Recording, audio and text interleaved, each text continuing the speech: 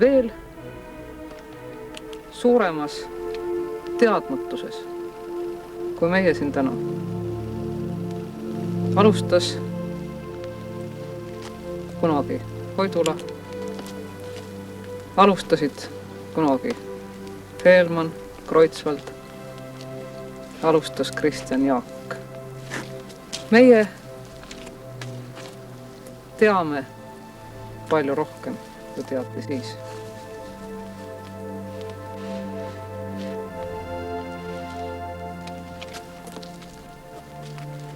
Kuid ma usun, et nemad tundsid sama, mis tunneme meie praegu.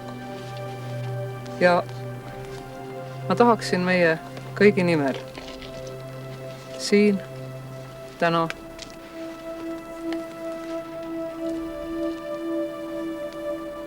tõotada, et me läheme lõpuni, et me jätkame puhaste mõtetega, et me jääme ühte, ükskõik mis toimub.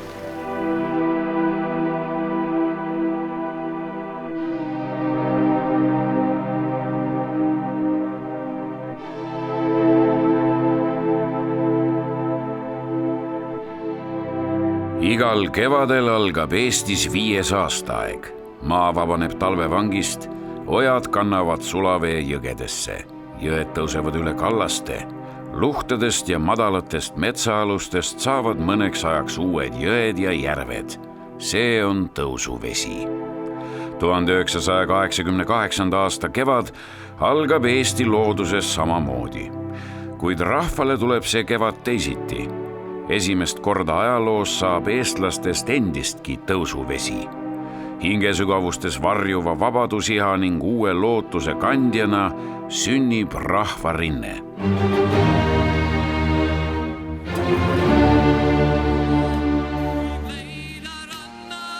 Liikvele minnakse juba aasta varem. Stiihiliselt arenenud fosforiidisõjas on tunda viimast piiska, mis ajab karika üle ääre.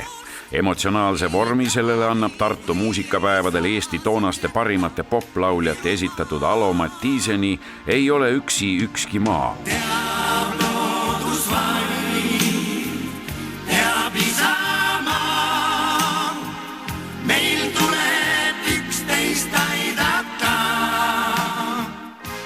Septembris 1987 ilmavalgust näinud ise majandava Eesti kava, MRP-AEG ja muinsuskaitseliikumine, kõik need on ojad ja harujõed, millest kasvab vabadusse kanduv vetevool.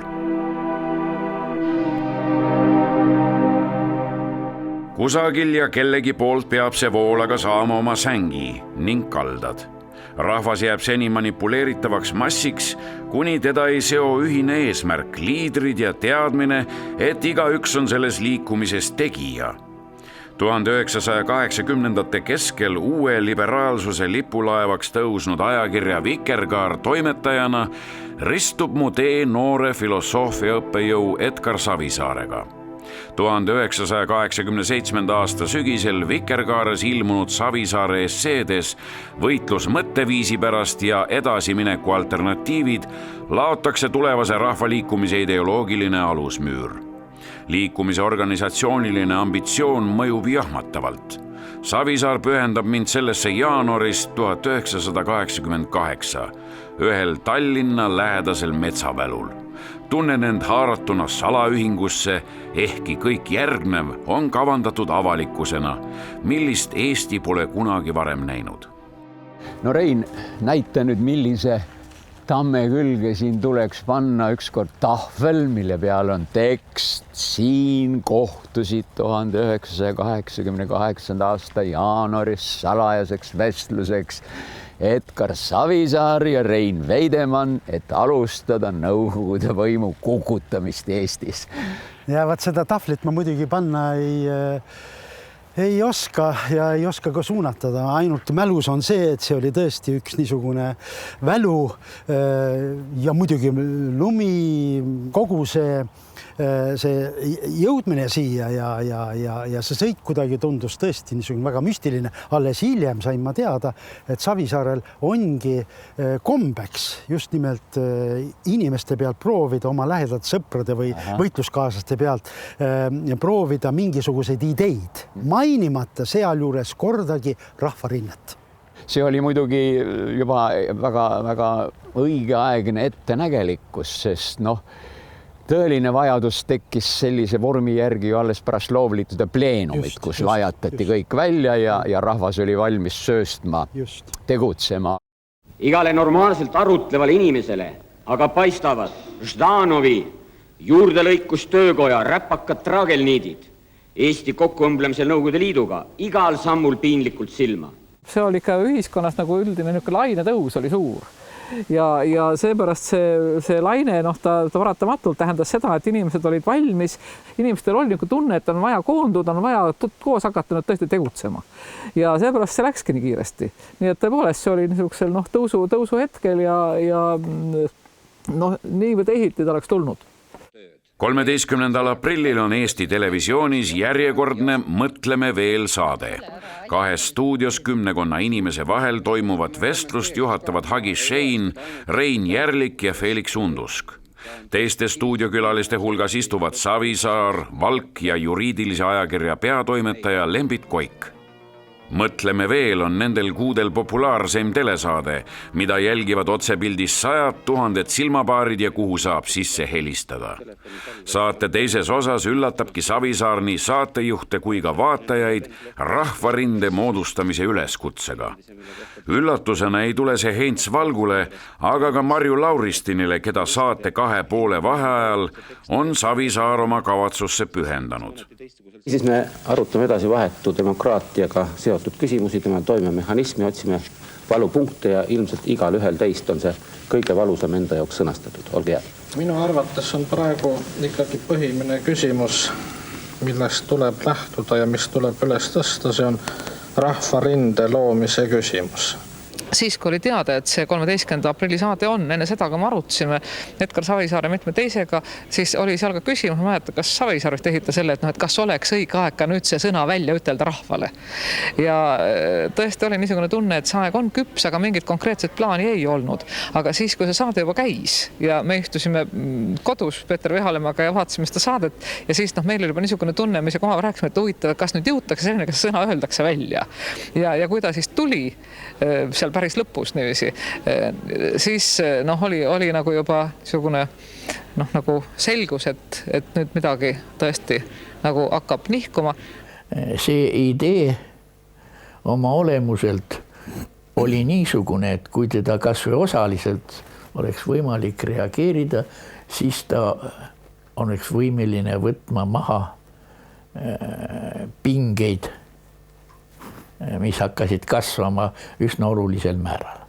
Ja järgmine päev algasid Tartus muinsuskaitsepäevad ja me olime koos muinsuskaitse rahvaga Toomel, kui punasel Žigulil oli see Moskvitš, sõitis sinna rahva hulka Viktor Palm, kes tuli otse siis Tallinnast, kellel olid Xeroxil paljundatud need esimese manifesti tekstid ja seal samas Toomes kliinikute juures ta jagas meile paki nendest, et me tegime valmis selle, et vaadake ja juba õhtul me hakkasime seda arutama ja lõime Tartus Tartu rahvarinde tugi või niisugune algatusrühma.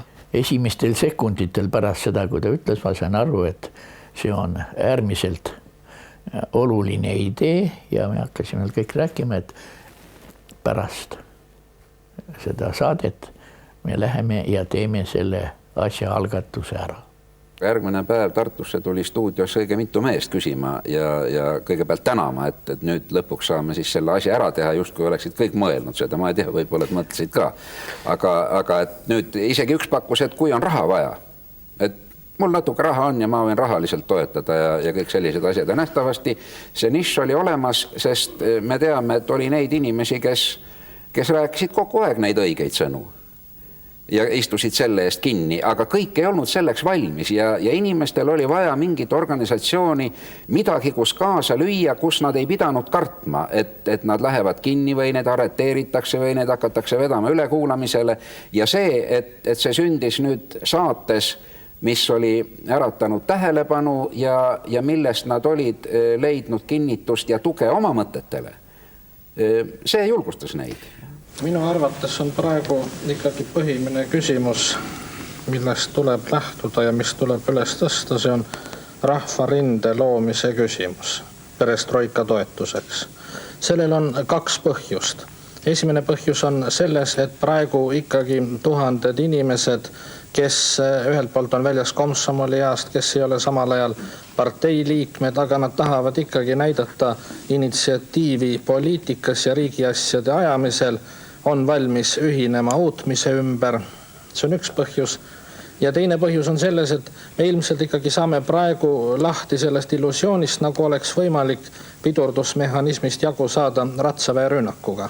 Mõte on väga ilus, sest asi on selles, et kodanikualgatus saab toimida edukalt koostöös riigivõimuorganitega ja vastastikuse usaldusega. Kuid nagu senine perestroika kulg Eestis on näidanud, meil selline koostöö ja usaldus puudub. No see oli ikka varem niimoodi välja mõeldud kuskil märtsikuu lõpus, tähendab 1. aprillist ma läksin tööle Mainorisse, läksin plaanikomiteest ära, kui mul Paulmaniga need konfliktid olid. Selleks põhimõtteliselt see idee oli juba läbi töötatud, nii et ma otsisin lihtsalt sobivat momenti või juust, millal see välja käia, sest kui ma oleks seda teinud mõnes ette lindistud saates, siis ma kardan, oleks olnud suur oht, et see ei oleks üldse pääsenud rahva ette see idee. Nii et ta tegelikult oli parem olemas ja seal poole saate peal ma ütlesin sulle ja siis ma ütlesin veel Heinz Valgule, kes istus otse minu vastas, ka umbes sama, et kui ma nüüd teen ühe käigu, et siis ta omalt poolt ka aitaks sellele kaasa. Savisaar tuli minu juurde ja ütles, et mis teeme õige järgmises saate osas rahvarinde ära. Kas te toetate mind? Sel ajal me olime veel teie peal ja mina pikalt ei mõelnud, seal ütlesin, et toetan kohe ja mulle näib, et aeg hakkab meil otsa saama, ma tahtsin enne seda ühe ettepaneku teha. Mul on niisugune mõte, et need tänasest saatest osavõtjad, nii esimesest kui ka teisest stuudiost, kes tundsid, et see rahvarinde loomise idee neile on südamelähedane ja nad on selle ideega tulevad kaasa, et need pärast saadet ei läheks mitte laiali, vaid jääksid siia, ei läheks laiali enne, kui me oleme moodustanud initsiatiivgruppi selle rahvarinde loomiseks. Tõenäoliselt tal siiski õnnestus ära tabada see nišš selles protsessis, selles suundumuses lahti saada sellest jamast.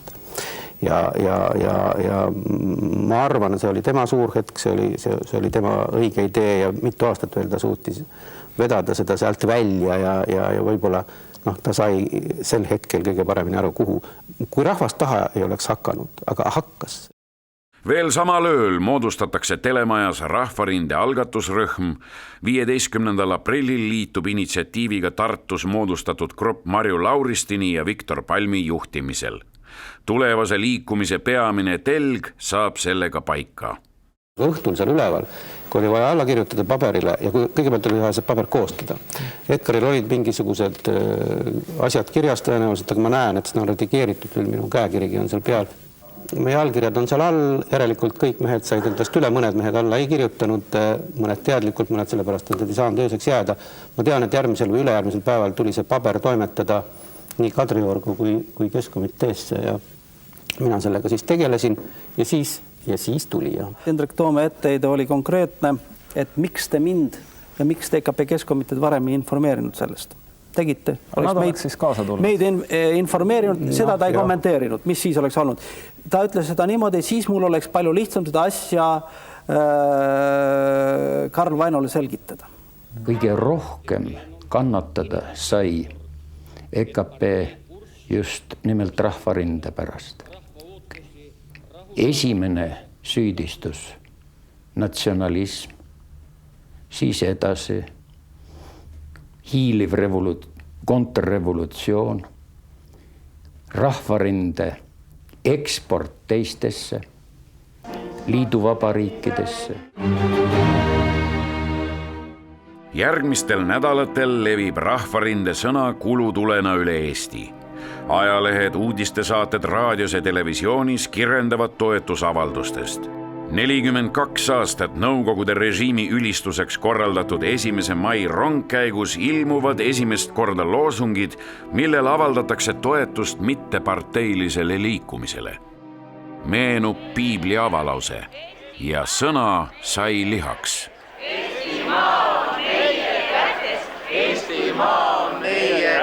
Sel kevadel näib nagu tõmbuks aeg Eestis kokku. Nii tihedalt on iga päev ja nädal täidetud sündmustega. Savisaar avaldab artikli Rahvarinne revolutsioon altpoolt, milles kõlab hoiatus, kui senised juhid oma rahvast ei kuula, siis võib tulla mahtra sõda. Eesti tähistab esimest korda taas emadepäeva. Tartu 10. levimuusikapäevad kulmineeruvad Jüri Leesmendi sõnadele kirjutatud Alo Mattiiseni 5 isamaalise lauluga.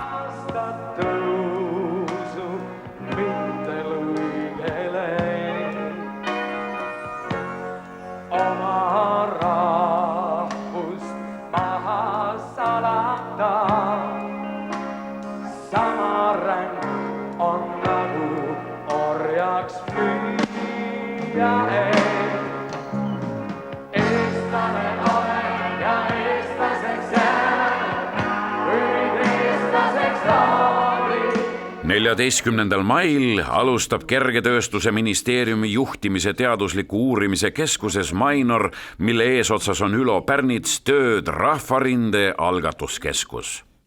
Eesti pole kunagi varem näinud niisuguse mõtteõhinaga toimivat kooslust. Siia on kogunenud mitmete hilisemate erakondade algatajad, suur hulk teadlasi, kultuuri- ja usutegelasi. Peetakse põhimõttelisi vaidlusi selle üle, kas Rahvarindest saab rahvusrinne või kohaliku võimupartei toetaja. Rahvarinne valib demokraatliku kodanikuühiskonna tee. Selle algosakesteks saavad Rahvarinde tugirühmad. Nii, härra Pärnits, ajal, mil teie omaaegses firmas või kuidas seda nimetada, Mainoris tegutses Rahvarinde algatuskeskus, te allusite siis Kergetööstuse ministeeriumile. Just nii. Kas seltsimees minister seda pahaks ei pannud teile, et te niisuguse revolutsioonilise pesa siia lasite tekkida? Ei, ta pahaks ei pannud ja ma ütlen seda, et Jüri Krafti poolt oli toetus sellele asjale, ta soosivalt sellesse suhtus ja Kalle Muuli esitas mulle ühe sellise küsimus, kes maksis? Seda ei ole kunagi küsitud, tema küsis. Ja peab ütlema seda, et see oli see Kergetööstuse ministeeriumi raha, mis läbi Mainori siis läks nende ürituste kulude katteks. Suurepärane, mina ka seda ei teadnud siiamaani. Ei teadnud ja need olid üpris suured summad, nagu sa võid arvata, kui arvestada ürituste mastaapi. Kas teile mujalt, mitte nüüd ministeeriumist, aga mõnest teisest organist ei viibutatud näpuga? Ei, no muidugi kõige rohkem nii ütelda etteheitjad see langes Jüri Krafti osaks, sest ta võttis nendest valitsuse istungitest ja keskkomitee istungitest osa. Minul on meeles see, kui Aljošin, kes oli partei keskkomitee teine sekretär, helistas ja andis mulle parteilise ülesanne Savisaar parteist välja visata. No jah, praegu me naerame selle peale, kui põnev lugu, aga tookord oli see siiski üpris karm värk. Rahvarinde idee oli ikkagi selline, mis levis siis siit üle Nõukogude Liidu vabariikide, siit käidi seda nii-ütelda malli võtmas. Noh, siin seda kivi, kui avati, siis Raivo Vare ütles, et me avame hauakivi Nõukogude Liidul. Umbes mingi selline mõte oli. No oleks tore olnud, kui oleks siin sellise tekstiga kivi olnud, mitte nüüd otseselt nüüd Rahvarinde mälestuseks, aga kohe selline avameelne tekst, et siin on Nõukogude Liidu hauakivi. See oleks turistide hulgas kindlasti pöörase menu osaliseks saanud. No jah, ega see võiks olla Tallinna, ega seda võib praeguski panna. Teise kivi kõrvale. Ja teise kivi kõrvale. 23. mail saab Rahvarinne endale Eesti rohelise liikumise näol sõsarliikumise eesotsas Juhan Aare ja Ants Pajuga. Koos Sirelite õitsemisega vallanduvad Tallinnas öölaulupeod. Raekoja platsilt vanalinnapäevadelt jõuab laine lauluväljakule. 10. ja 11. juunil koguneb laulukaare alla 1000 inimesi. Nad jäävad sinna uue päeva koiduni. Lauluväljaku nõlvast üles ja alla kihutab üksik mootorrattur, sinimust-valge lipp uljalt lehvimas. Tunnen algul kõhedust võimaliku stihja ees, aga see möödub kohe. Eestlaste ärkamisaeg ei ole 9. laine, mis laeva ja tema meeskonna enda alla matab. Polnud seda 19. sajandi 60-ndatel, pole seda ka teine ärkamisaeg. Pigem ollakse kalju küljest murdunud kivi, mis paneb veerema laviini. Rahvarinde idee jõuab Lätisse ja Leetu.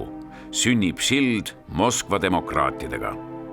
Esimene Rahvarinde teataja tutvustab algatuskeskuse toimkondi, mille eesmärgiks on Rahvarinde kui edasi ja tagasi sidestatud võrgustiku ülesehitamine.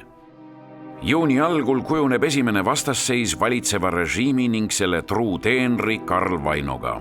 EKP on Moskvasse kommunistliku partei 19. konverentsile läkitamas delegatsiooni, mille nimekiri on kokku pandud kabinettide labürindis. Nüüd avaneb Rahvarindel võimalus esimest korda näidata oma sisu. Delegaadid kutsutakse 17. juunil lauluväljakule. Rahvas peab saama lugeda neile sõnad peale. Manifestatsiooni eel on võimud ülimalt ärevil. Provokatsioone kardetakse mõlemalt poolt. Meeleavaldusega samal päeval võetaksegi Karl Vaino maha ja tuuakse Ladina-Ameerika diplomaatilisest pagendusest tagasi Eesti komparteid juhtima Vaino väljas. Ma tunnen suurt vastutust ja ka selge suurt ärevust sel puhul. Kuigi ühe mehe perekonna nimi vahetub teise mehe eesnimega, juhatab see vahetus sisse kommunistliku partei eestimeelse osa väärika taandumise. Võimu täieliku distantseerumise tunnistusena pannakse vastutus ürituse rahumeelse läbiviimise eest ainuisikuliselt Hagi Šeinile. Ma mäletan, vist oli Marko Tibar see, kes ikkagi väga nerveeris, et see asi läheb käsikähmuseni ja kes see garanteerib. Ja siis nagu parteisüsteemis ikka, siis tuli määrata vastutaja. Nii kummaline, kui see ei ole niisuguse tohutu rahva üritusest ei tahtnud keegi vastutust enda peale võtta, kuigi Edgar Savisaarele selle nõupidamisele ei ilmunud. Nii et mina olin nagu Rahvarinde poolt justkui nagu ainus esindaja koos härra Mattiiseniga Eesti Kontserdist, kes seda korralduslikku poolt tegi. Ja jäigi nii, et kõik vennad vaatasid siis mulle otsa, et kas te vastutate. Ja mina pidin siis ütlema, et loomulikult vastutan. Et kui midagi juhtub, siis mina parteiliselt vastutan.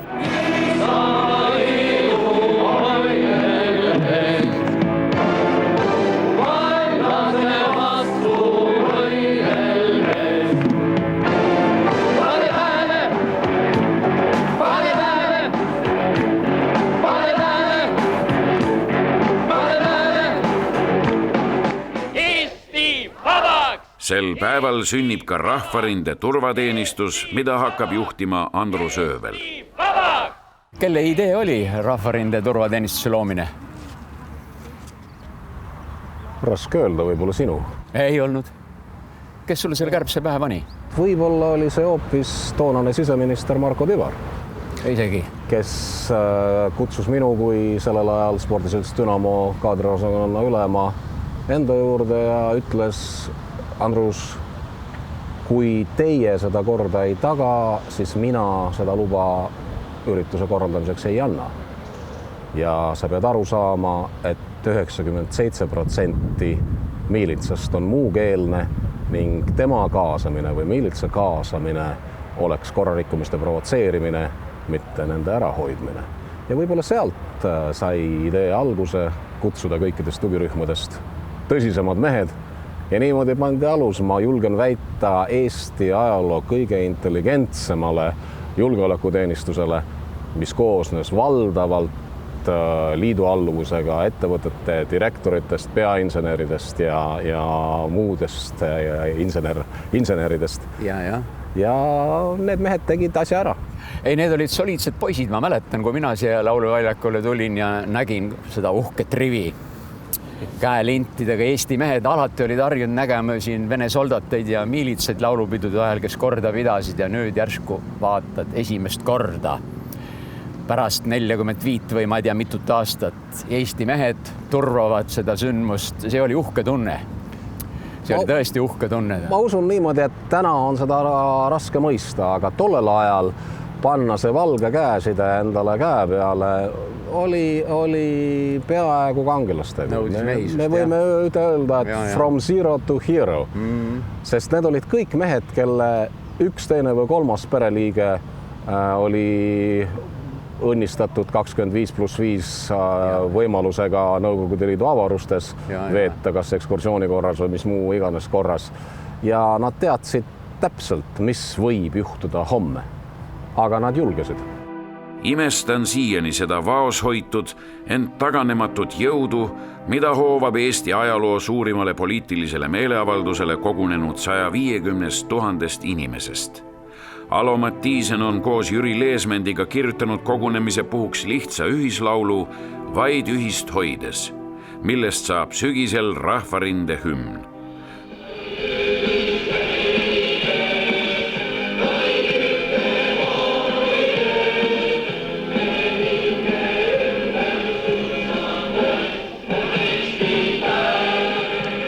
Rahva lemmikud Kiigelaulu Kuuik ja Ivo Linna loovad kõnede vahel üleva meeleolu. Mattiisen ise mõjub otse kui šamaan. Siin lennutab Savisaar rahva sekka oma esimese suurejoonelise kõne. Me jääme oma püüdlustes sama kindlaks, nagu seda oli Vargamäe Andres oma võitluses, oma töö ja õiguse eest.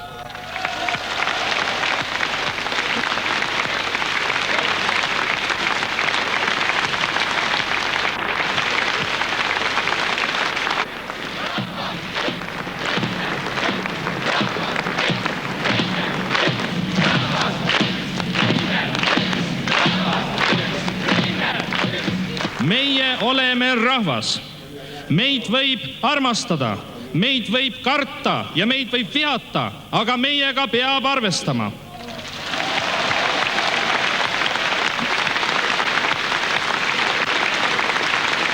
Üldine tunne on see, et rahvarinne, rahva ühisrinne Eestimaal on tõesti sündinud.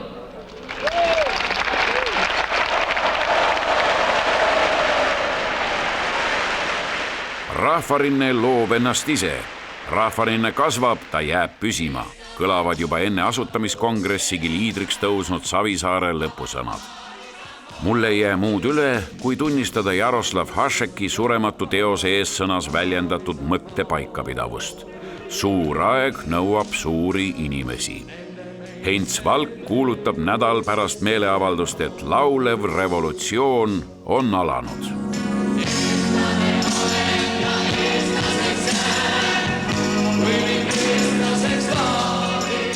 Rahvarinne elustab kunagised talgud.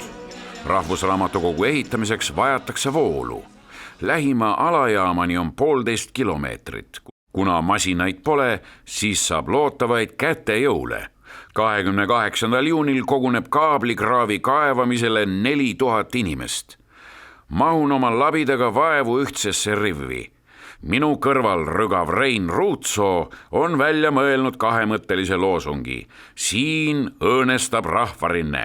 Tekkis üks niisugune võimugrupp või inimeste grupp, kellele kuulus uus liidripositsioon. Tekkis alternatiivse eliidi rühm, kel tegelikult nii kompetentsused või ka muud võimalused tegelikult asuda ühiskonda juhtima. Veel eile öeldi meile, et Rahvarinne lauluväljakule näitas, et ta küll suudab hüüda loosungeid ja pidada kõnesid, aga kuidas tööga on, me näitasime, et me suudame ka töötada ja suudame seda teha missiooni tundega. Nii nagu tartlased võitlevad Eesti Rahva Muuseumi avamise eest Raadil, nii lisame meie sellele oma võitluse Rahvusraamatukogu avamise eest Tõnismäel.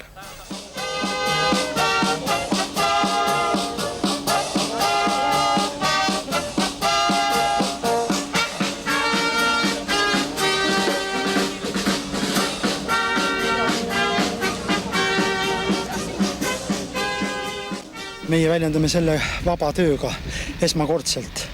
Võib-olla kõigi nende aastakümnete jooksul valmisolekut vabaks iseseisvaks Eestiks, kus tõepoolest tehakse omast ettevõtlusest oma parema tuleviku nimel, oma vabariigi nimel tööd. Nii et selles mõttes selle aktsiooni poliitiline sisu jätkub. 10 000 linlasi tuleb täna kindlasti maale. Ja mitte ainult mina, vaid me kõik oleme praegu põldudel. Aitäh! Jõudu. Okay.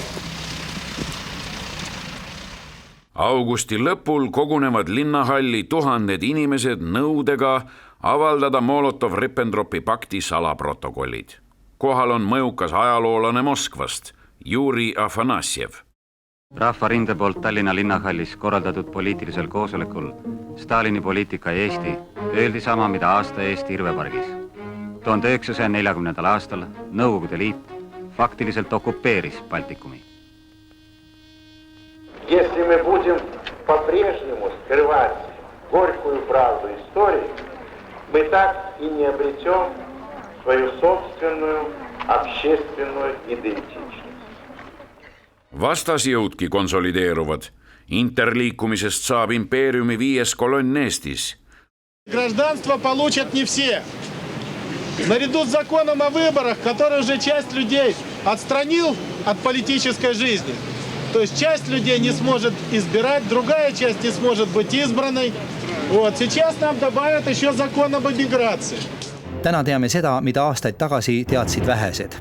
KGB esimehe Viktor Krutškovi korraldusel oli juba 1988. aastal moodustatud julgeolekutöötajatest erigrupp. Kindral Filipp Popkovi juhitud grupi ülesandeks oli Eestis puhkenud laulva revolutsiooni jälgimine, selle summutamise abinõude väljatöötamine ja nende esitlemine KGB juhtkonnale.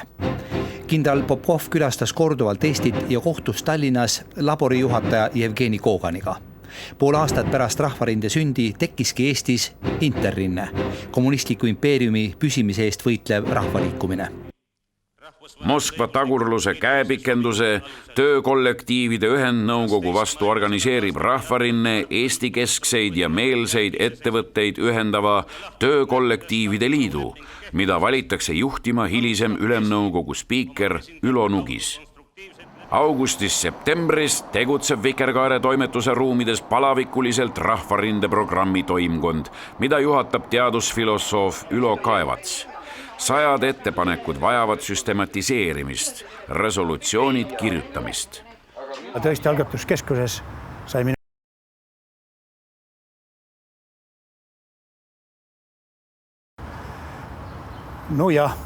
programmi. Aga millal sa siis oma selle suure meeskonna kokku said panna? See algatuskeskuses me tegime nagu väiksema meeskonnaga ja programmi toimkond 19 liikmeline valiti ju kongressil ja siis sai see programmi komitee üsna laialdased volitused. Koordineerida programmiliste dokumentide, kõikvõimalike otsuste, resolutsioonide, läkituste, kirjade, manifestide koostamist.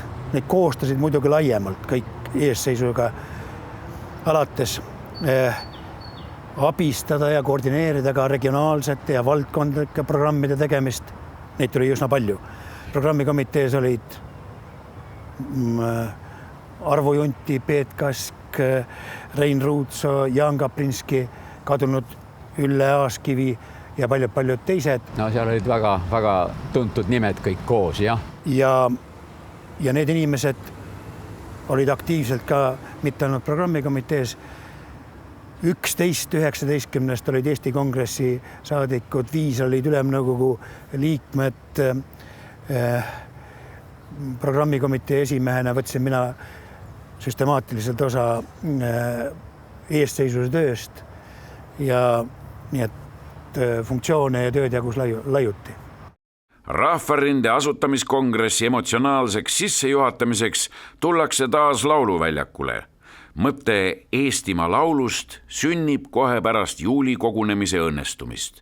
Korraldusmeeskonna etteotsa saab Karskusühingu juht Enno Selirand. Tema kirjutab ka stsenaariumi. Tere, kallis publik, kes te siin olete. Ja vabandage need, kes ei ole saanud sümboolikat, kes ei ole saanud meie meenet, sest me tõesti ei teadnud, et teid nii palju tuleb. Ja ka kõik on valmis selleks, et siin väljal võiks täna kõlada Eestimaa laul 88 ja et see jääks viimaseks lauluks siin väljal. Aitäh teile tulijad ja indu kõigile esinejatele. Oleme valmis! Mitte keegi ei oska ette kujutada, kui palju koguneb rahvast sellele kõne- ja ühislaulupeole. Tegelikkus ületab fantastilisemadki ootused. Kohal on pea 1/3 Eesti rahvast. 6 tundi kuulatakse kannatlikus harduses isamaalisi laule ja kõnesid. See on lootuse pidu, mida kroonib Heinz Valgu sisendusjõuline võiduhüüd. Ükskord me heiskame ka Pika Härmani torni sinimustvalge lipu.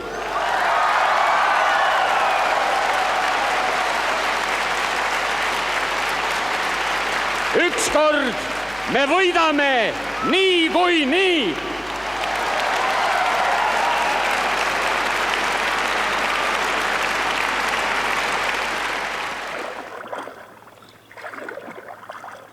Peo lõppedes lauluväljakult lahkudes tajun otse füüsiliselt enda kõrval käivate inimeste katarsislikku vaikust.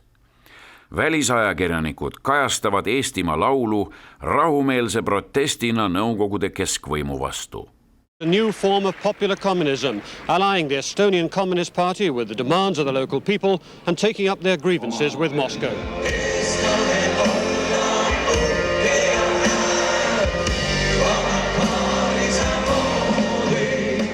Mis saab Gorbatšovi perestroikast? Kas see viib Nõukogude Liidu hajumiseni? Kas eestlased tõesti usuvad, et neid lastakse niisama minna oma teed? Neid küsimusi kuuleme korduvalt esitatavana 1. ja 2. oktoobril Linnahallis Rahvarinde esimesel kongressil. Esimest korda on Rahvarinne silmitsi iseendaga. Täna ja homme näeme me end just nagu peeglist, mis nägu me õieti oleme. Selles seisneb Rahvakongressi tähendus meile enestele. Suur on tänase päeva tähendus ka Eesti rahvale, Eestimaa rahvale, kes tahab teada, kuivõrd ning kui otsustavalt Rahvarinne kajastab ja kaitseb tema huvisid. Kohal on ka Vaino Väljas, kelle tähetunnini jääb 1,5 kuud. Rahvarinne on vaid siis tõepoolest rahvarinne, kui ta ei muutu üheks konkureerivaks liikumiseks teiste seas, vaid kui ta võtab endale rahva reaalse ühendaja, vajadusel lepitaja rolli, kui ta visalt otsib seda, mis rahvast ühendab, mitte aga seda, mis teda lahutab. Olen valitud eestseisusesse ja seetõttu koos teiste eestseisuse liikmetega kaamerate ning mikrofonide tule all. Mu kõrval seisnud Mati Hind seletab, me mõistame Gorbatšovi, toetame perestroikat, aga selle tingimuseks on, et mõistetaks ka meie püüdlusi. Selle püüdluse sõnastamist kuuleme juba kongressi algul Marju Lauristini võimsas kõnes, milles ta 5000 kuulaja ees kinnitab. Kui mitte nüüd, siis millal? Kui mitte meie, siis kes? Rahvarinde juhtorganite valimisel tunnen ülendatust, nähes teiste väärikate inimeste hulgas Eesti oma Einsteini, Jüri Lotmanit. Minu kõige kaunim mälestus sellest ajast oli see, kui meil oli niisugune pikk pime, üsna pime koridor oli ja trepp tuli altkorruselt üles, seal teises koridori otsas me olime tehes lõpus ja siis hakkas sealt tulema, tuli üks väga tuttav suurte vuntsidega kuju tuli ja see oli Lotman, kuulus semiootik professor Lotman, ütles, kus saab siin rahvarindesse registreeruda? Ma tahan ka, mina olin sõja ajal seersant, ma oskan lasta ka. Kui kongressi lõpus loeb Mikk Mikiver ette rahvarinde manifesti, mida koos Ülo Kaevatsiga oleme eelmisel ööl kokku kirjutanud ja lihvinud ning mille lõpulausesse olen pannud kogu oma retoorilised oskused, kui Mikiver ütleb, me ei taha vähem ega rohkem. Ei midagi iseenesest mõistetavamat kui olla vaba rahvas vabal maal. Siis tunnen end neelatamas liigutuspisaraid. Rahvakongress väärib oma nime. Eesti saatus on meie kätes. Eestimaa on meie kätes! Eestimaa on meie kätes! Eestimaa on meie kätes! Eestimaa on meie kätes! Eestimaa on meie kätes! Eestimaa on meie kätes! Eestimaa on meie kätes! Rahvarinde juurde luuakse konsultatiivnõukogu, kuhu kuuluvad kõik põhilised tol ajal tegutsevad ühendused, ühtekokku 50 organisatsiooni. Ülimalt oluliseks peetakse Eestimaa Rahvuste Foorumi asutamist. Uute ametiühingute seemneks peab saama maa- ja linnatöötajate foorum. 3 päeva pärast kongressi võtan Rahvarinde nimel sõna Raekoja platsil olümpiavõitjaid Erika Salumäed ja Tiit Sokku tervitades. See tervitus osutub prohvetlikuks. Rahvarinde kongressil võeti vastu resolutsioon selle kohta, et Eesti peab tagasi saama oma rahvusliku olümpiakomitee ja et juba Barcelonas oleksime meie Eestimaa nimel ise esinevad.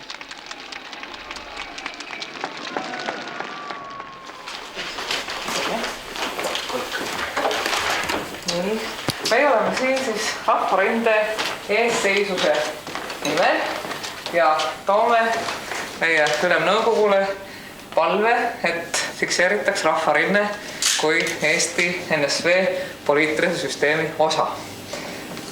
Meil on siin teile lugupeetud autorid pöördumine eesseisuse kõigi allkirjadega, et te meid tunnustataks ja me oleme lisanud siia harta täieliku teksti, mis 2. oktoobril kongressi poolt kinnitati, vastu võeti ja me oleme oma poolse ettepaneku teinud ülemnõukogu presiidiumile konstitutsiooni täienduste asjus. Lubage teile üle anda. Ega takistusi pole olnud, Rahvarinne on töötanud täitsa edukalt, ilma isegi selle tähendab dokumendita, et oleks ametlikult arvatud poliitilise süsteemi sisse. Aga kahtlematult seda on tarvis teha ja selle kindlasti vormistame ära. Nii et palju jõudu teile. Ja niimoodi sai Rahvarinne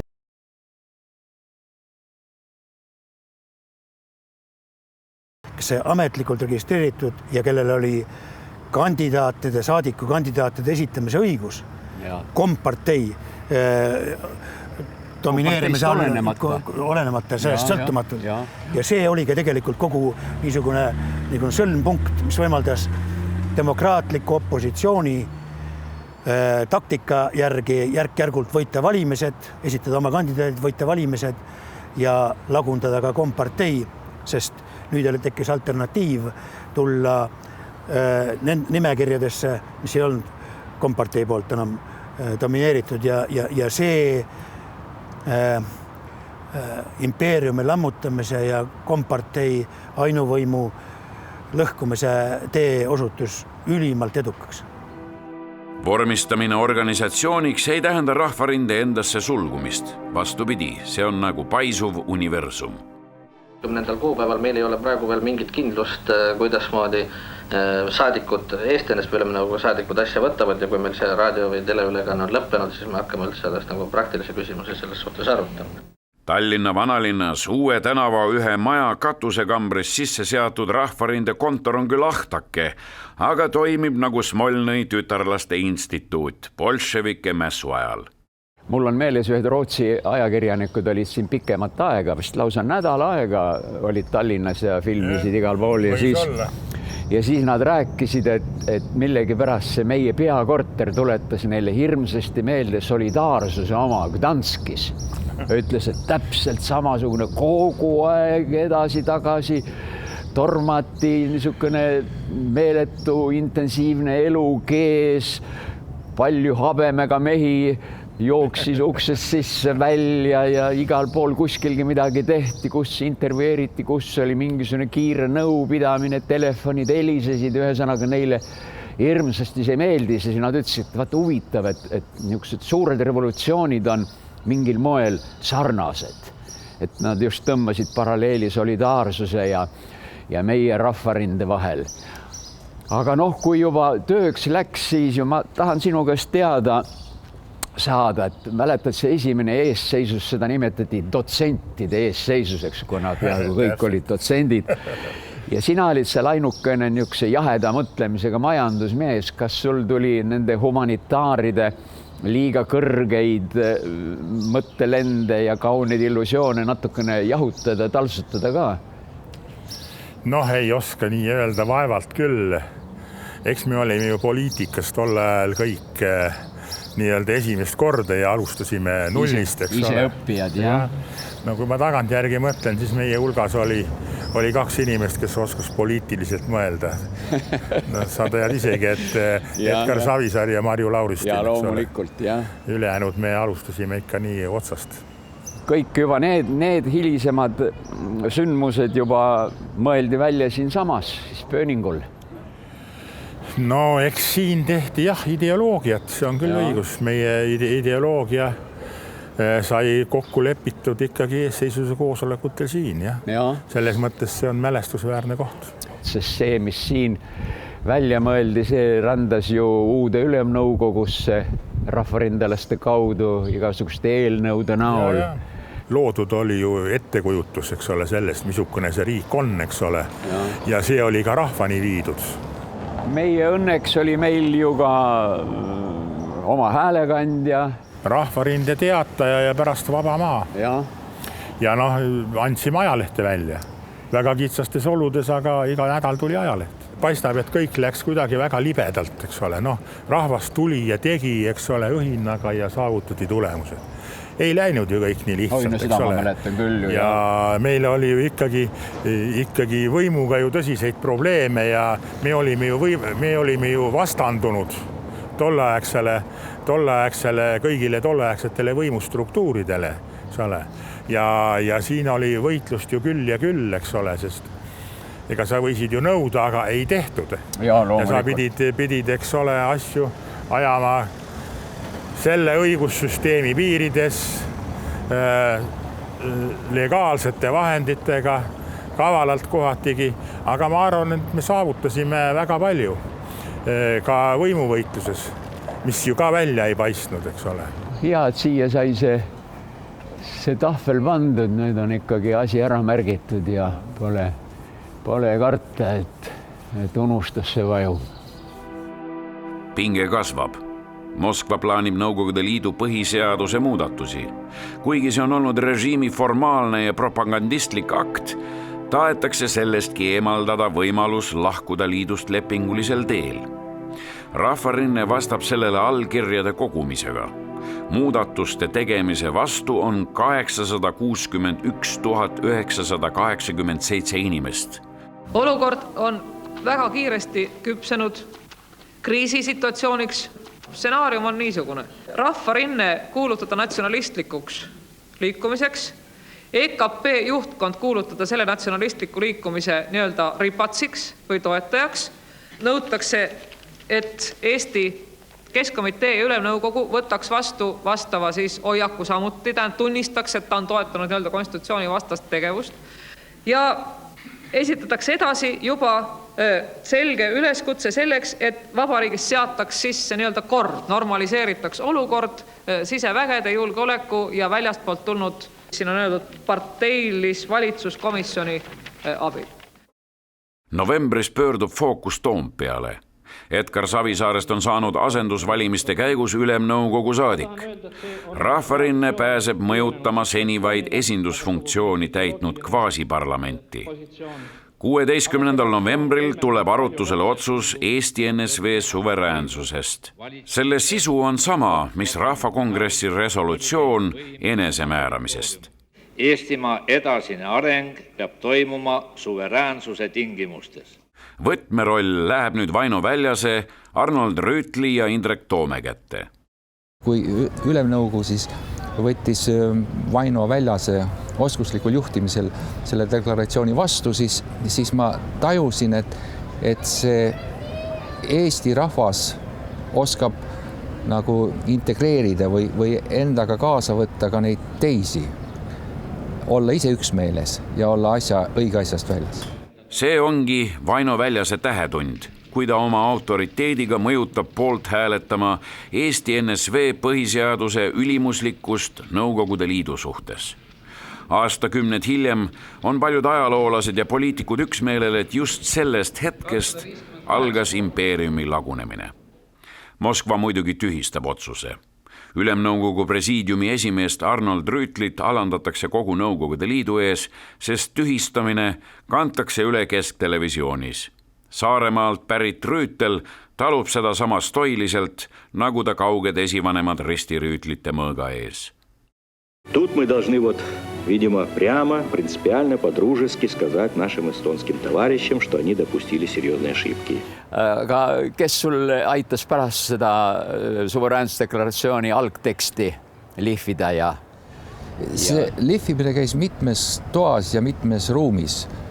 Ilmselt vist juba sama päeva õhtul oli kokku kutsutud Rahvarinde korraldusel see konsultatiivnõukogu. Nii suure kogu ees isegi. Ja seal ma lugesin selle ette, seal üldiselt oli nii-öelda toetav mõmin ja sealt nagu ma mäletan, mingisuguseid ettepanekuid ei tund. Aga seda lihvi me tegime sellele, kui me käisime pärast vist järgmisel või ülejärgmisel päeval Vladimir Peekmani juures, kes tegi sinna 2-3 niisugust täpsustavat osutust või lihtsalt seda, tema ongi nagu minu teada üks sellise teksti suhtes üks nõudlikumaid ja täpsust nõudvamaid. Ja loomulikult ka Lennart Meri juures sai seda vaadatud ja ka Marju Lauristin oli. Nii et aga see põhikarkass ja see põhihoiak ja see põhitekst, see oli ikkagi, see jäi ja see kandis.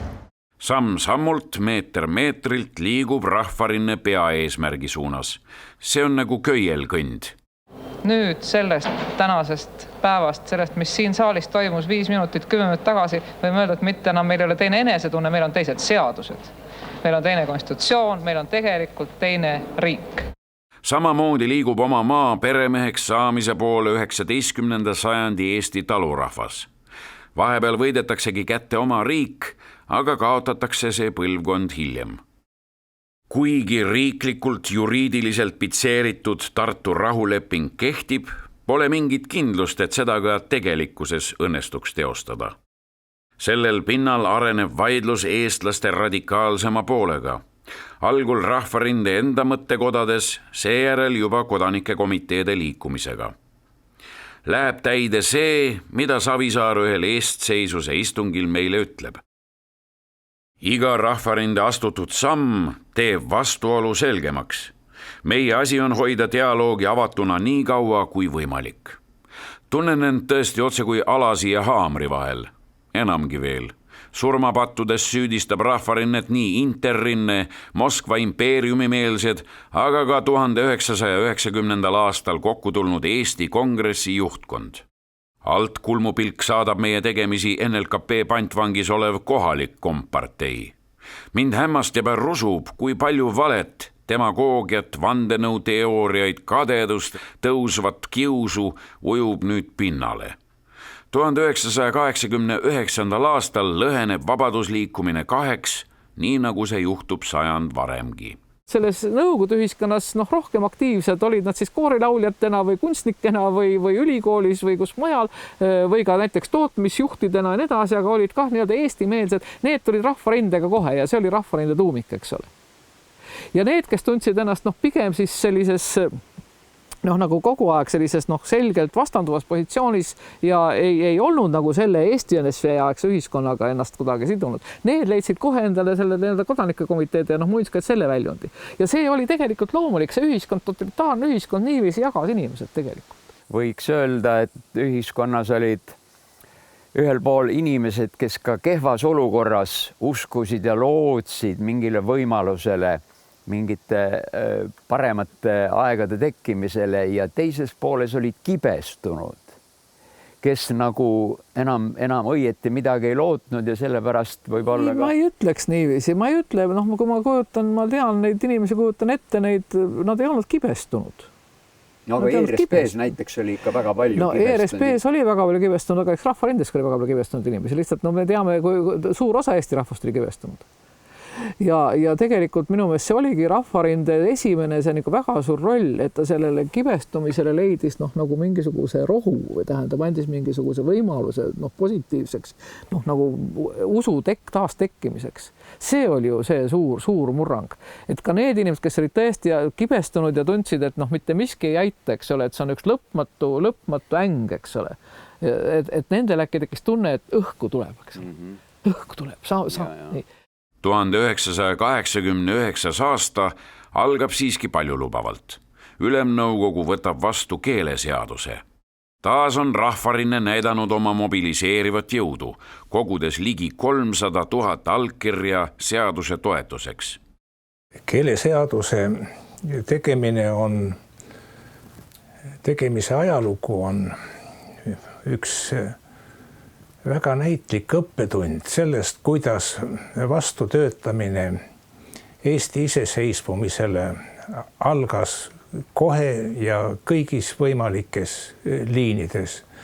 Üks keeleseaduse näivideoloog Enn Saari on kirjutanud veel hiljem, et ta tundis suurt uhkust, kui kirjutas keeleseaduse selle eelnõu servale valmis, kelle ajaga märkinud peale. Tegelikult ei olnud sellega asi üldse lõppenud. Ja selle järel alustas keeleseaduse komisjoni teadmata üks salajane komisjon tööd. Need olid 2 komisjoni aseesimeest, Henn Saari ja Vladimir Peekman, Ülemnõukogu presiidiumi jurist Endel Veskimäe ja Ülemnõukogu presiidiumi sekretär Maia Leosk. Nemad võtsid siis ette ja kooskõlastasid Moskva kriitika vaimus keeleseaduse ei kellegi vähemaga, kuid Fiigateli direktori ja internatside ühe peamise juhi ja ideoloogi Vladimir Jarovoiga.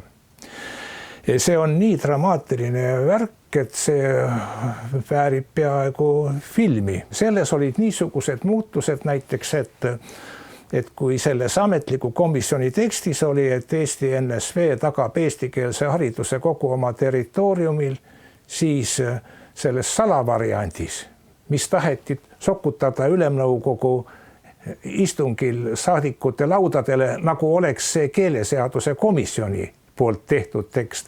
Selles oli öeldud, et Eesti NSV tagab eesti ja venekeelse hariduse kogu oma territooriumil.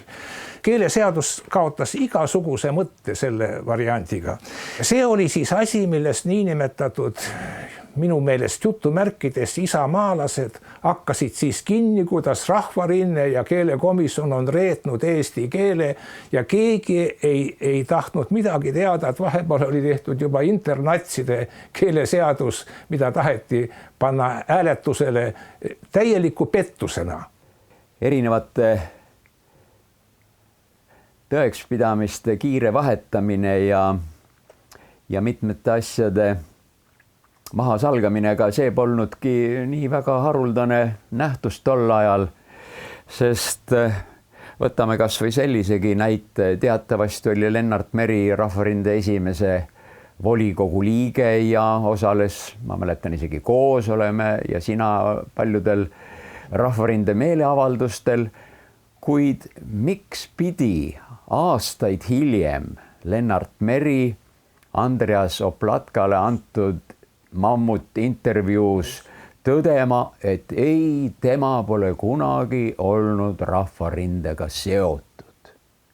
Milleks oli temasuguse positsiooniga mehel vaja niimoodi valetada? See raamat on mul siin kõrval riiulis, on see Oplatka raamat mul ja ma olen selle koha välja märkinud ja samas on mul teises riiulis on foto, kus ma olen koos Leppo Sumera ja Lennart Meriga olen Baltimaade rahvarinnete Balti Assambleel 13.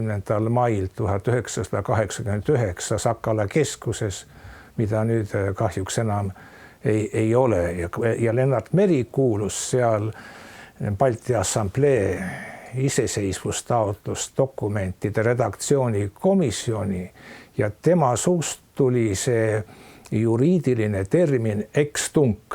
See oli ju Lennart Meri Rahvarinde üritusel, see oli see Balti rahvarinnete, eks ole, assambleel, eks ole, ja Lennart Meri oli siis Rahvarinde volikogus ja see sama, et kas Molotov-Ribbentropi pakti tühistamine, ex-tunc, eks ole, ja kõik see sama õigusjärguse teemad ja kõik olid siis juba Rahvarindes täielikult valdavad.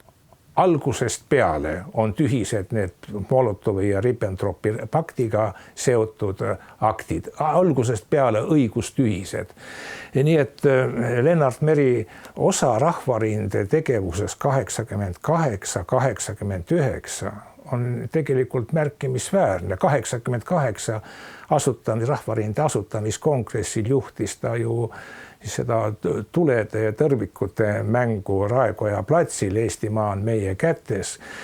Et seda maha salata esiteks ei ole võimalik. Teiseks, ma ei tea, kas seda oleks vaja olnud teha tal. Eestimaa on meie kätes. Eestimaa on meie kätes. Eestimaa on meie kätes. Eestimaa on meie kätes. Eestimaa. Eestlaste endi sisemise vastasseisu teravnemine ilmneb 1989. aasta 23. veebruaril, mil vastavalt Ülemnõukogu otsusele heisatakse Pika Hermanni torni sinimustvalge, sedapuhku veel rahvuslipuna.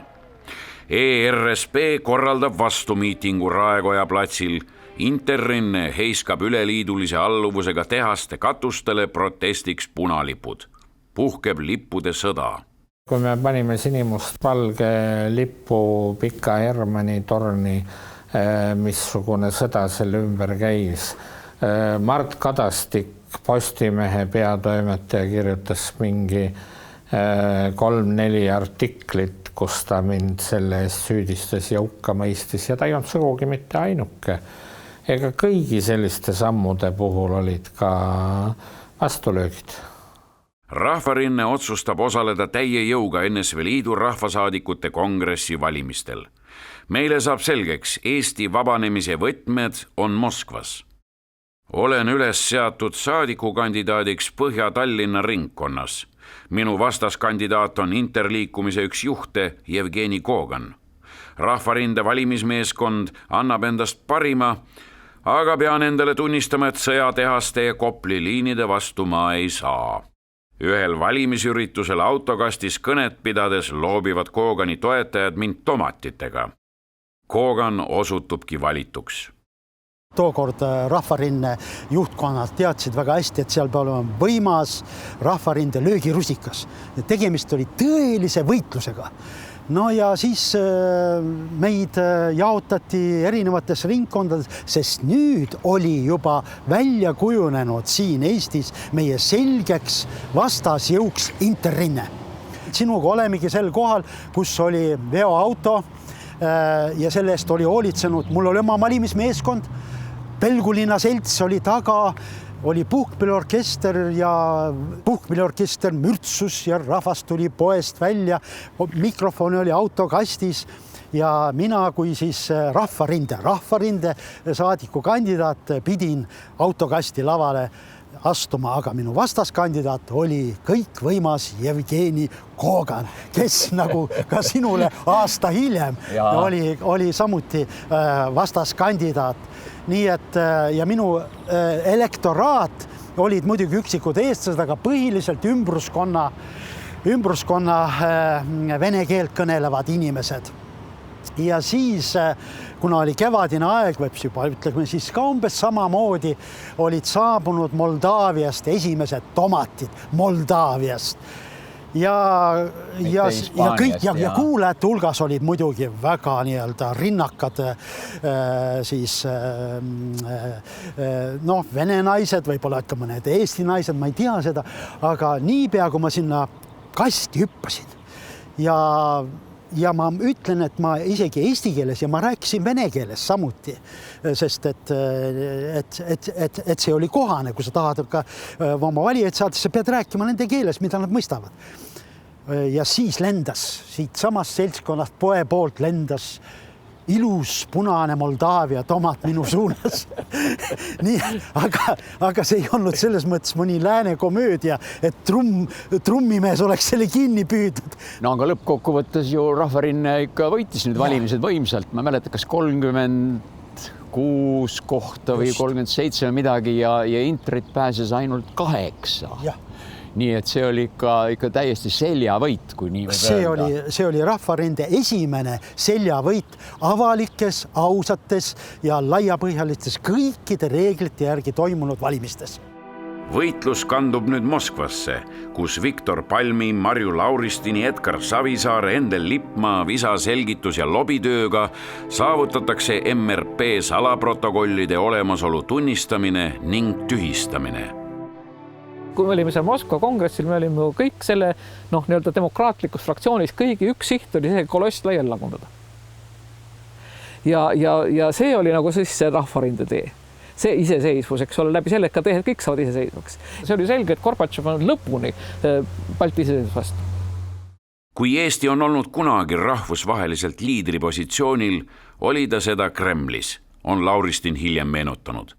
Edu Moskvas poleks saanud võimalikuks, kui Balti rahvarindet poleks seljad kokku pannud. 13. ja 14. mail kogunebki Sakala keskusse esimene Balti assamblee. Ühisele arupidamisele kogunesid Balti rahvarinded. Eestimaa pealinna kogunes üle 400 Baltikumi demokraatlike liikumiste esindaja. Balti assamblee eesmärgiks oli välja töötada rahvarinnete ühised seisukohad ja samas juhtida maailma tähelepanu Balti probleemidele. Kõik võisid vist tunda oma kogu olemusega meie kohtumisel, et tegelik internatsionalism, tegelik rahvaste vaheline ühtsus sünnib spontaanselt, sünnib siis, kui on ühised sihid ja oli näha, et siin meil oli ju nende ühiste sihtide ümber inimesi, ma ei tea, kui mitmest rahvusest koos. Baltikumi rahvarinnete ühenduse selle Balti assamblee ajal sinu poolt kirjutatud programmiline Balti idee. Kõik need sündmused kokku muutsid märgatavalt lääneriikide eelnevat suhtumist Baltikumi iseseisvuspüüdlustesse ja keerasid selle asja meile positiivses suunas.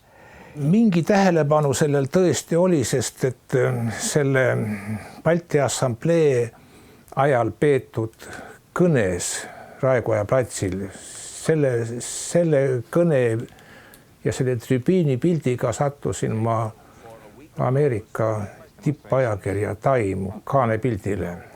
1000 aastaid tagasi põimiti Baltimaade rahvaste vahel tihedad sidemed, mille tunnistuseks on üksteisele najatud sõnad, tarkused ja oskused, ühised jooned Baltimaade kolme rahvakultuuris.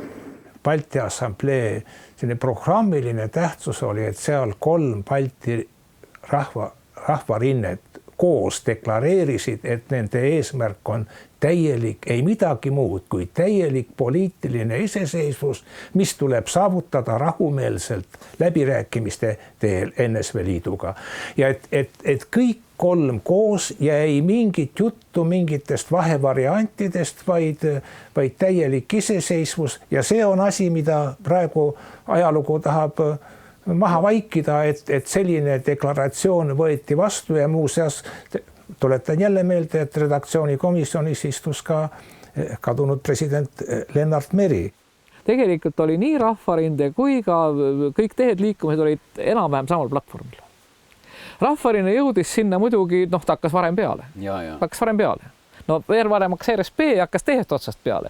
Selles mõttes, eks ole, see kaks nagu hoovust hakkasid erinevatest kohtast peale ja siit tekkisid need vaidlused, eks ole, aga lõpuks jõuti nagu selles iseseisvuse küsimuses jõuti tegelikult täielikule samale pinnale juba 89. lõpuks 90. alguseks. 89. aprillis, ma tuletan meelde, võttis volikogu vastu juba otsuse, kus märkis, et Eesti riiklus edasine areng saab toimuda ainult õigusliku järjepidevuse ja Tartu rahu alustel.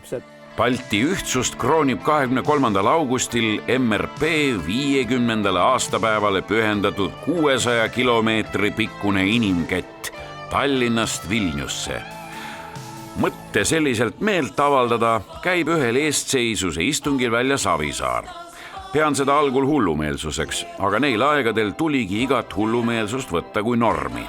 Vēlāk nodibinājās arī Baltijas asambleja, kas ietilpināja visas 3 tautas frontes, un mēs arī vienojāmies, ka līdz neatkarības atgūšanai Baltijas asambleja nestiksies vis galvaspilsētās, Tallinā, Rīgā un Viļņā, bet satiksies Pērnavā, Cēsīs un Paņevežā. Un tad arī Paņevežā izskanēja pirmo reizi šī ideja, ka vajadzētu rīkot šo Baltijas ceļa akciju. 15. juulil kohtume Pärnus Balti nõukogu esimesel kokkutulekul. Kogu inimketi koordinaatoriks saab Rahvarinde turvateenistuse juht Andrus Öövel. Nüüd on tema kord särada. See oli ühel lõuna ajal, ma arvan, et kunagi mais või kevadel, kui Edgar kutsus mind plaanikomiteesse ja umbes 2 tunni jooksul püüdis mulle seletada siis, mida võiks ja kuidas võiks. Pean tunnistama, et ei saanud mitte millestki aru. Leppisime kokku, et räägime õhtul uuesti. Oli umbes 8, kui saime uuesti kokku ja rääkisime teist korda. Ja ma arvan, et siis veel 3., 4. ja 5. korda, enne kui me tulime Rahvarinde eesseisusesse, ma arvan, mis minu mällu on jäänud sellise kujundina, et Edgar tegi kõigepealt ettekande või rääkis oma ideest. Kõik eesseisu liikmed said sõna, ütlesid, et idee on vägev, uhke, ülev, mis iganes, aga teostamatu. Sina olid eelviimane, mina olin viimane, kes sõna said. Sina ütlesid, et jah, on küll teostamatu ja sellepärast me ta teoks teemegi.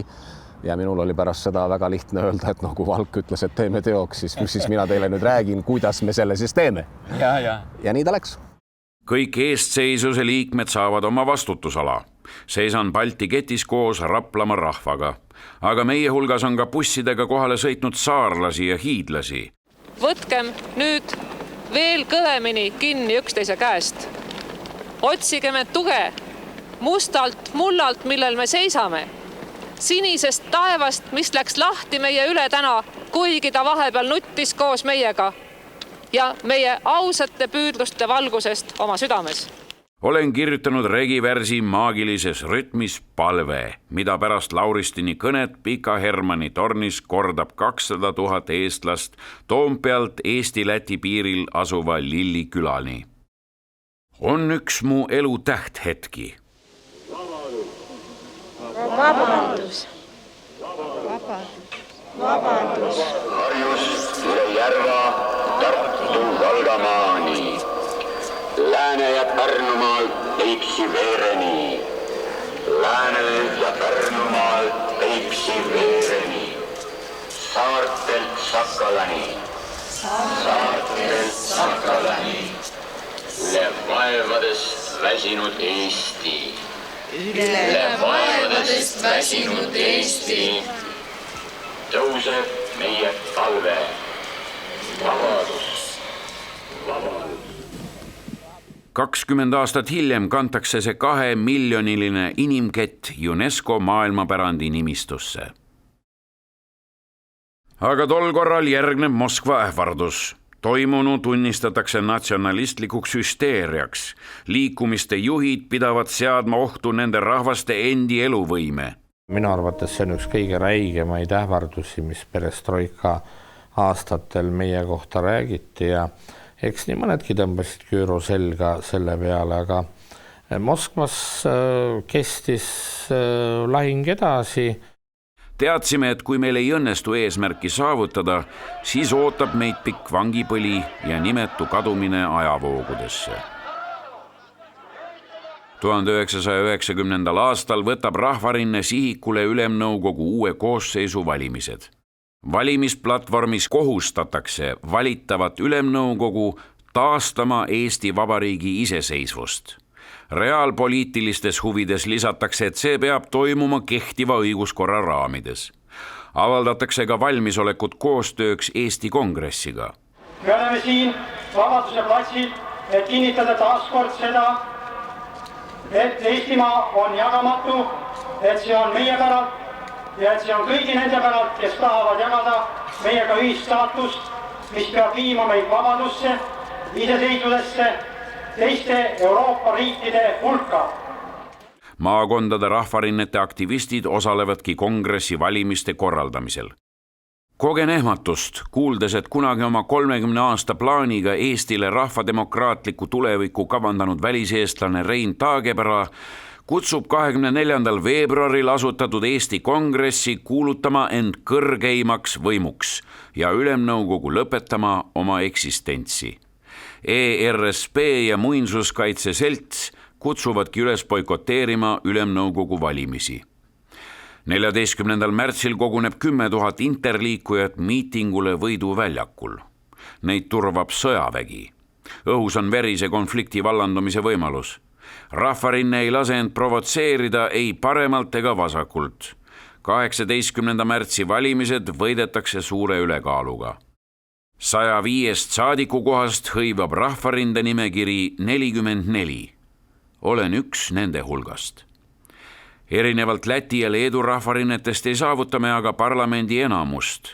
Eesti tuleviku kujundamisel oleme sunnitud minema keerukatele kompromissidele. Esimeste vabade valimiste teel moodustatud valitsust võib nimetada Rahvarinde valitsuseks. Peaministriks saab Edgar Savisaar.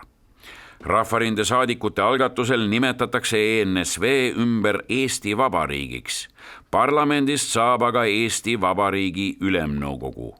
Need on õiguslikud, aga samas ka ääretult sümboolsed aktid, mis kinnitavad rahvale nende esindajate tahet jõuda tagasi suveräänsesse Eesti Vabariiki. Balti riikide liikumine iseseisvuse poole tekitab rahvusvahelist segadust. Sümpaatia kõrval koguneb hirmu. Ärge kõigutage Gorbatšovi paati, kostub mitme suurriigi juhtide hoiatus. Mr. Gorbachev, open this gate. 2 Saksa taasühinemisest neile piisab. Kui palju energiat kulub selgitamaks, et Balti riikidelegi pole sõda seni lõppenud, kuni nad taas iseseisvaks pole saanud. Seda, kui palju ikka tolleaegsed lääne riigijuhid rääkisid meile sellest, et ärge nüüd jumala pärast seda Gorbat puutuge. Nii, ega me neid kõiki asju avalikult välja ka ei toonud, aga nii see tegelikult oli. Noh, me ikka söandasime puutuda. Mida suuremaks paisuvad pinged impeeriumi enda sees, seda raskemaks muutub evolutsioonilise tee võimaldamine. 15. mail murravad interliikumise töölismalevad Toompea lossi õuele. Usaldades rahvast kutsub Savisaar inimesi nurjama riigipöörde katset. Eestimaa rahvas, Eesti Vabariigi Ülemnõukogu ja Eesti Vabariigi valitsus kutsuvad rahvast valitsushoone kaitsele Toompeale. Interrinde ja töökollektiivide ühendnõukogu jõugud on lossi sisse piiranud ja seda rünnatakse. kordan, maja rünnatakse. Toimub riigipööre nii Tallinnas kui ka Riias seaduslikult valitud võimu kukutamiseks. Mina olin Kultuuriministeeriumis Rallycrossi organiseerimiskomitee koosolekul, kui koristajatädi lõi paar korda harjavarrega vastu maad ja ütles, et mehed, peaminister kutsub Toompeale. Keegi ei teinud üldse välja.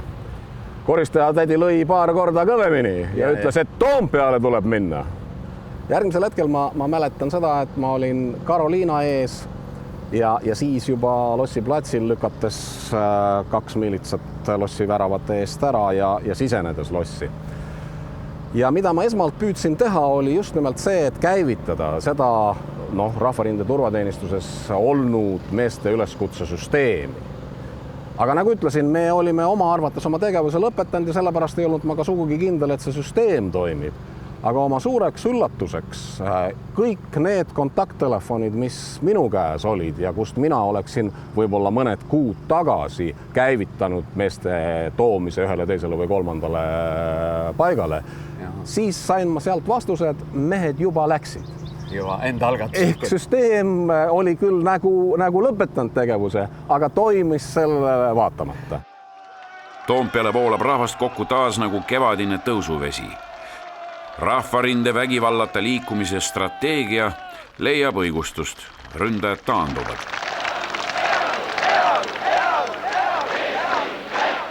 Püüan koos teiste saadikutega Toompea Lossi rõdult hääle kähedaks. Järgmisel päeval asutatakse kodukaitse. Sellest kujuneb seeme nii tulevasele Eesti politseile kui ka kaitseväele. Meie, kes me astume Eesti kodukaitsesse, kinnitame vandega oma kindlat otsust. Kaitsta Eestimaad ja oma kodu puutumatust ja pühadust. Vanduda!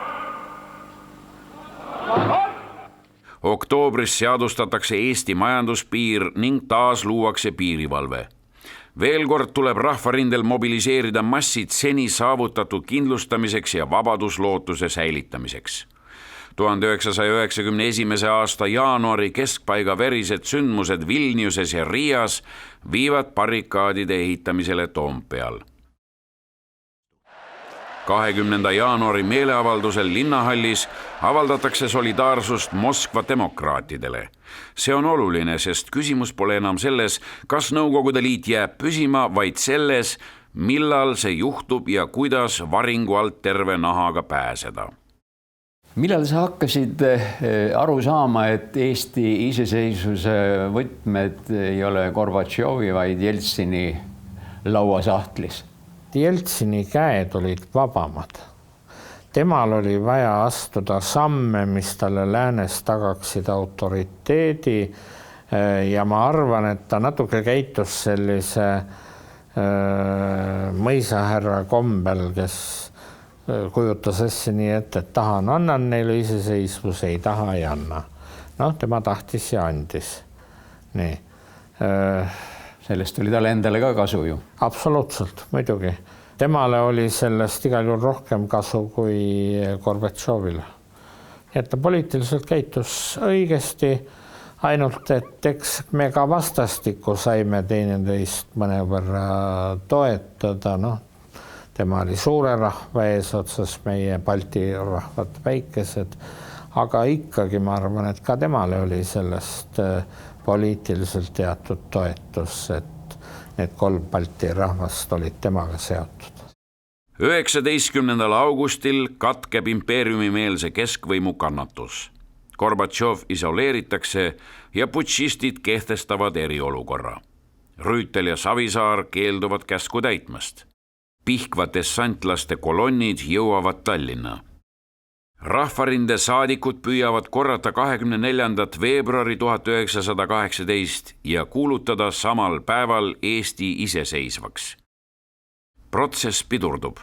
Ülemnõukogu juhataja Nugis muretseb otsuse vastuvõtmiseks vajaliku piisava häälte hulga pärast. osalen kõnelejana 20. augusti meeleavaldusel Vabaduse väljakul.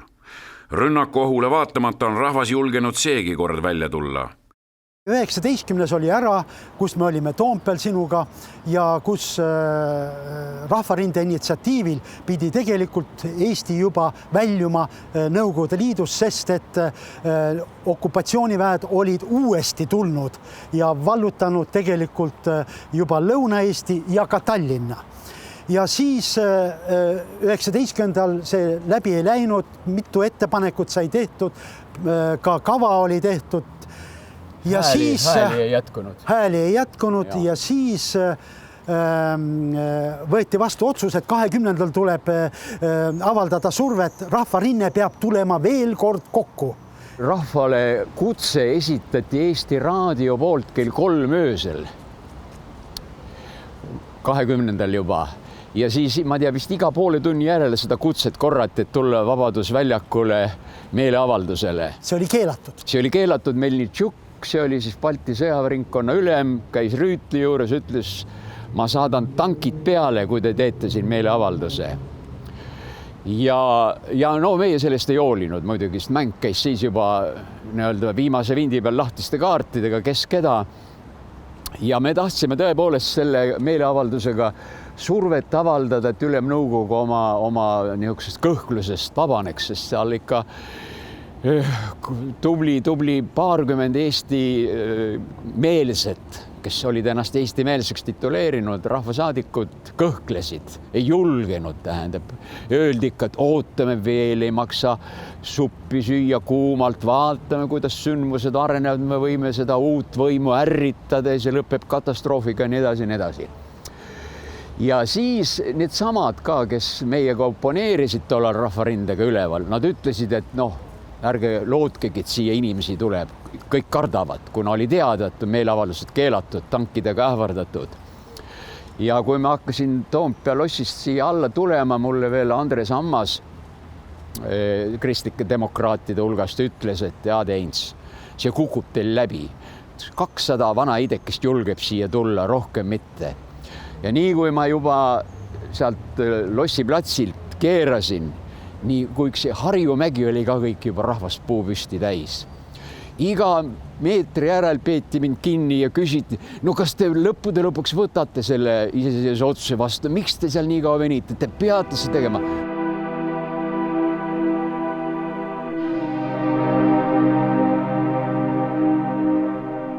Üksnes see, kuidas suudame leida vasturohtu meid ähvardavale isolatsioonile, otsustab meie üks olemise ning seeläbi ka meie rahva kestmise.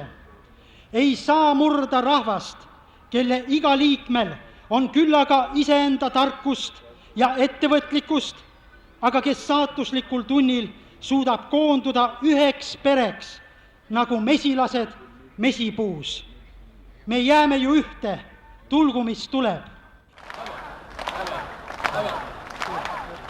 Mind liigutab, et kohal on ka rahvusmeeskoor ja et seda juhatab Kanadast saabunud pagulasdirigent Roman Toi. Ei ole argus nende julgest meelest, ei kartust nõrkus nende südames. Tunnen, kuidas ühel päeval pannakse kaalule nii ajalugu kui tulevik. Marju Lauristin ja Liia Hänni otsivad kompromissi Eesti komitee juhtidega. Mõlemale, nüüd juba võimu pärast konkureerivale institutsioonile, Eesti komiteele ja Ülemnõukogule vastuvõetava sõnastuse suveräänsusotsusele esitab rahvusvahelise õiguse kogemusega asevälisminister Rein Müllerson. Minu juurde tulid Jüri Luik ja Mart Laar. Luike ma tundsin hästi siis, aga Mart Laar oli täiesti tundmatu siis figuur. Nemad tulid minu juurde ja palusid, et kui ma ei saaks midagi kirjutada niisugust formuleeringut meie iseseisvuse taastamise deklaratsiooni, mis oleks vastuvõetav nii Ülemnõukogu liikmetele, meie valitsusele Edgar Savisaarele ja ka Eesti kongressile. Vot see oli muidugi mille peale. Ja siis ma läksingi sinna saali selle formuleeringuga ja see võeti vastu siis. Selle ettepaneku poolt on 69 rahvasaadikut, vastu ja erapooletuid saadikud ei ole. Otsus vastu võetud. 20. augusti õhtul on Eesti riiklik iseseisvus taastatud. Olen õnnelik ja mõtlen sel hetkel nagu mõni teinegi rahvarindelane. Mooramaa mees on oma töö teinud, Mooramaa mees võib nüüd minna. Rahvarinne jätkab veel oma 5. kongressini 1993. aastal. Liikumisest kujuneb häll mitmetele erakondadele. Rahvarinde vaim muutub ühtede jaoks legendiks, teistel seostub see ühiste ideede, ühiskondliku leppe, kodanikuühiskonna võimaluste ja demokraatliku Eesti kestmisega. Nii et kõige selle asja puhul võib resümeerida, et rahvarinne tegigi siiski seda, mida oli vaja teha ja mida rahvas temalt ootis ja lootis. No rahvarinne lükkas vaata, see on nagu Berliini müüri langemine. Rahvarinne oli ikkagi see, mille jõuga see Berliini müür Eestis siin nagu omakorda nagu langetati. Ja see oli rahvajõud, ega sinne seal, tähendab, mis mina väga tahaksin ikkagi ütelda, et see oli rahvajõud tegelikult. See oli rahvajõud. See oli just nimelt nende sadade tuhandete inimeste, kes tulid Balti ketti, tähendab, seda rahvajõudu just kartis see. Rahvajõudu kartis Moskva võim ja rahvajõud oli argumendiks Ameerikale ja läänele, eks ole, et tunnustada ja toetada ja kõike seda teha. Rahvarinde saavutused, rahvarinde panus on nähtavasti Balti riikide iseseisvusvõitluses üks tähelepanu väärsemad, sest mõtleme, kes mõtles välja IME, eks ole, kes mõtles välja rahvarinde kui sellise, kes arendas välja või ta algatas suveräänsuse deklaratsiooni tegemise. Kõik need 3 ideed olid sisuliselt ju need, mis lammutasid Nõukogude Liidu, eks ole. Nii et nende ideede tagavale poliitiline kapital on tohutu suur. Alates 1992. aastast on püütud rahvarinnet nii Eesti ajaloost kui ka Eesti rahva mälust kustutada. Miks, sa Rein, arvad? Tahetakse näidata, et rahvas ei saa olla ühtne. Et just nimelt selle rahvarinne on ju tegelikult ühtsuse kujund. Aga just nimelt selle rahvarinde nii-öelda perifeeriasse surumine, diskursusest välja surumise kaudu tahetakse näidata ka seda, et see eestlaste ühtsus ei saa olla sellisel kujul, et see peab olema mingil teisel viisil. No ja öeldakse isegi seda, et kui rahvas hakkab ühtemoodi mõtlema, et see ei olegi hea, et see on isegi ohtlik, eks ole, parem on ikka, kui iga kamp mõtleb omamoodi, eks ole, seda usku on ju levitatud ka kuni viimase ajani, ega levitatakse ka edasi. Paraku, aga teiselt poolt ma arvan, et selles kollektiivses mälus jääb just nimelt rahvarinne selle ühtsuse nii-öelda kujundiks, sümboliks ja kehastuseks. Minule oli rahvarinde periood kõige põnevamaks, raskemaks ja ka kaunimaks etapiks minu elus. Milline on sinu hingeline suhe rahvarinde ajaga? No ma arvan, et ta on meile kõigile ühesugune, kes tol ajal rahvarinde tegemisega seotud olid ja väga veider oleks, kui mõni nendest inimestest nüüd ütleks, et ta ei mäletagi seda aega või mäletab kuidagi teisiti. Ma usun niimoodi, et rahvarinne oli meie missioon. Pärast rahvarinnet ühed meist läksid poliitikast ära, neil oli teisi tegemisi nagu sinul, sa oled kunstnik. Teised muutusid niisugusteks poliitikuteks, kellel ei olnudki peale poliitika midagi elukutselisteks nagu Hänni ja ka Lauristin ja nii edasi. See on armas pilt, näed meil Lauristiniga. Marjuga, jah? 204 inimest.